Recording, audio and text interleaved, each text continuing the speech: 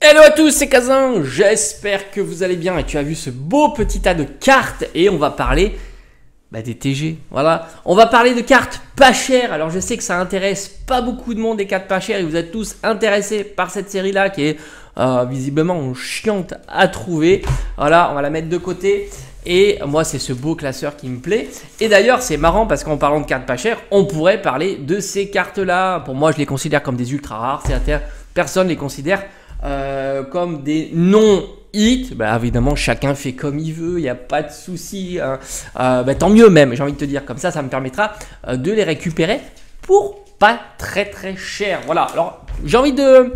On va voir un petit peu comment la série va évoluer, hein. Pas de précipitation. Moi, j'ai réussi à l'avoir, comme je t'avais dit, en avance. Donc voilà, je suis tranquille. Je compte pas en avoir des tonnes. On verra sur l'année comment ça va évoluer. Je ferai des ouvertures très ciblées. Hein, si je vois qu'il y a de la dispo, sinon je les garderai en CD dans ma collection. Et peut-être on les ressortira pour fêter un event. Hein, pourquoi pas. On va revenir sur les TG. On va revenir sur des cartes qui plaisent pas, qui sont pas cher, parce que c'est vrai que ça revient assez régulièrement dans l'espace de mes commentaires en me disant oui, ça vaut rien, donc c'est pas des hits. Ça arrive souvent, même sur des cartes comme des cartes X, quoi. Où on sait très bien que carte X, ça commence à être une ultra rare, et évidemment. Alors certains considèrent qu'à partir de full art, c'est une ultra rare, et etc., etc. Bon, bref, on n'est pas là pour débattre de ça, mais tout simplement pour te dire que moi j'apprécie énormément les cartes qui valent 3 fois rien. Ça permet de les compléter, de les acheter et de les trouver aussi sans aucune difficulté. Comme je t'ai dit, regarde-moi ce Milobellus. Pas la peine de claquer 200 balles pour avoir une superbe illustration de ce Pokémon qui est vraiment génial. D'autant que, et on fait le parallèle évidemment, tu sais comment fonctionne l'engouement, hein, sur Pokémon, et on l'a vu par exemple sur les cartes. Tu t'aperçois que par exemple la carte promo Salamèche a été entraînée par les deux cartes, enfin, du moins en partie, hein, parce qu'on s'imaginait bien que la carte promo Salamèche AR disponible dans le TB sera un jour populaire. Mais le un jour, ça c'est compliqué de savoir quand, mais il n'empêche qu'il a été entraîné par le drop dans la série donc Couronne Stellaire de ses deux autres camarades, le Florizarre, le Bulbizarre, non Bulbizarre, attends, ouais Bulbizarre et Carapuce. Je sais jamais Florizarre, Bulbizarre, Bizarre, c'est trop compliqué pour moi. Voilà, donc forcément il y a des parallèles à faire comme ça et on va pas s'en risquer d'en faire un. Mais tu sais ce qui va arriver comme série EV9. Et dans EV9, on a l'impression qu'il y a un petit peu des AR type TG. Même peut-être des SR type TG aussi, hein, parce que comme les TG texturés, à partir de Star Étincelante, on retrouve toujours Trainer Gallery avec un dresseur, on va dire, populaire. Voilà. Et c'est vrai que c'est assez sympa. Moi, franchement, je trouve ces cartes incroyables. Et regarde-moi le design de Colorior quand même. Donc, c'est vrai qu'on peut se poser la question. Et d'ailleurs, si tu fais un parallèle plus ancien, tu as Soleil et Lune, Éclipse Cosmique, où tu avais tu te rappelles, les cartes secrètes. Les petites secrètes qu'on avait, qui étaient aussi des traîneurs galeries. Hein. Moi, j'ai retrouvé la Mimikyu, qui était magnifique. J'ai aussi la Tiplouf et il y en a eu quelques-unes comme ça. Ce sont des cartes, c'était des cartes qui n'étaient pas spécialement recherchées, qui valaient 3 fois rien. Et puis petit à petit, leur prix commence à monter. Bon, c'est une tendance assez générale.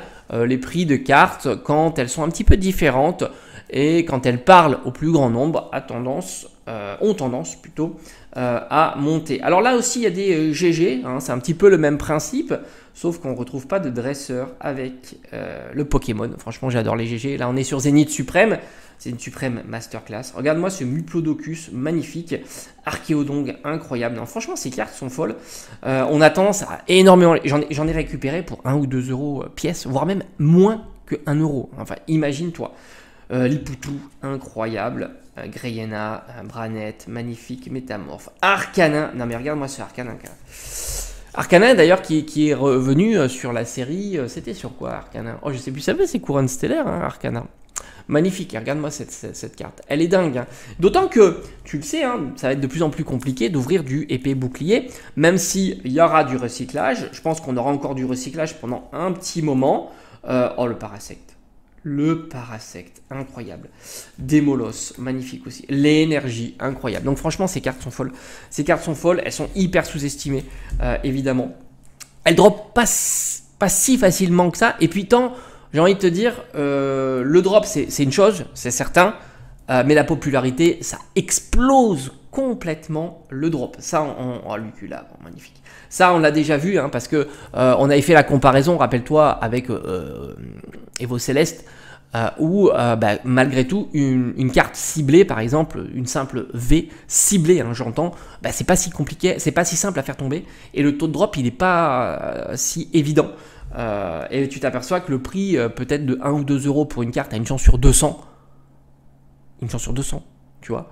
Et tu pètes à 60 euros sur une carte, il y a une chance sur 200 aussi, tu vois. Donc c'est vraiment la popularité qui entraîne tout ça.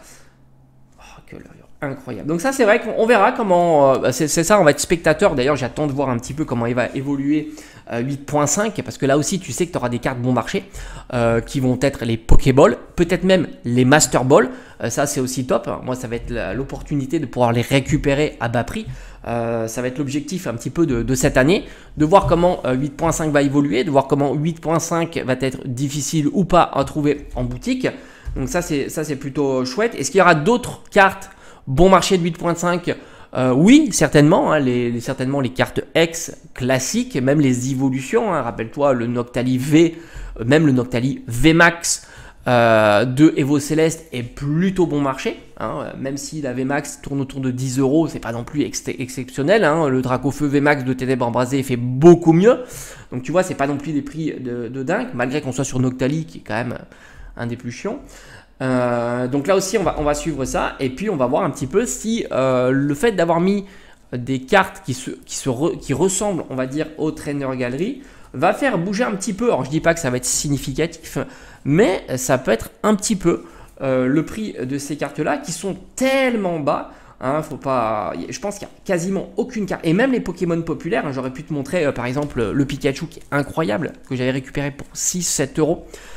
Pikachu en TG Pikachu, il y a la TG aussi Dracofeu qui vaut moins de 10 euros, et ainsi de suite. Donc franchement, c'est un format de carte qu'on va surveiller, parce qu'on est là aussi pour oh là là, franchement, regarde-moi ça, Celeroc est incroyable. Non mais Zénith Suprême, c'est fou. Bon bref, j'ai pas envie de m'atteler plus que ça, parce que je pense que tu as compris que j'adorais ces cartes-là. Je suis pas focus en tous les cas sur les cartes qui valent très très cher. Je sais que c'est ce qui intéresse le plus de personnes, mais justement, moi j'aime bien agrémenter ma collection, et aussi agrémenter sa collection, c'est aussi gérer le budget. J'ai pas des millions d'euros à dépenser, et je les ai pas sur des cartes qui valent 200, 300, voire même 1000, 2000 euros, comme des Noctali. Bref, on se dit à bientôt.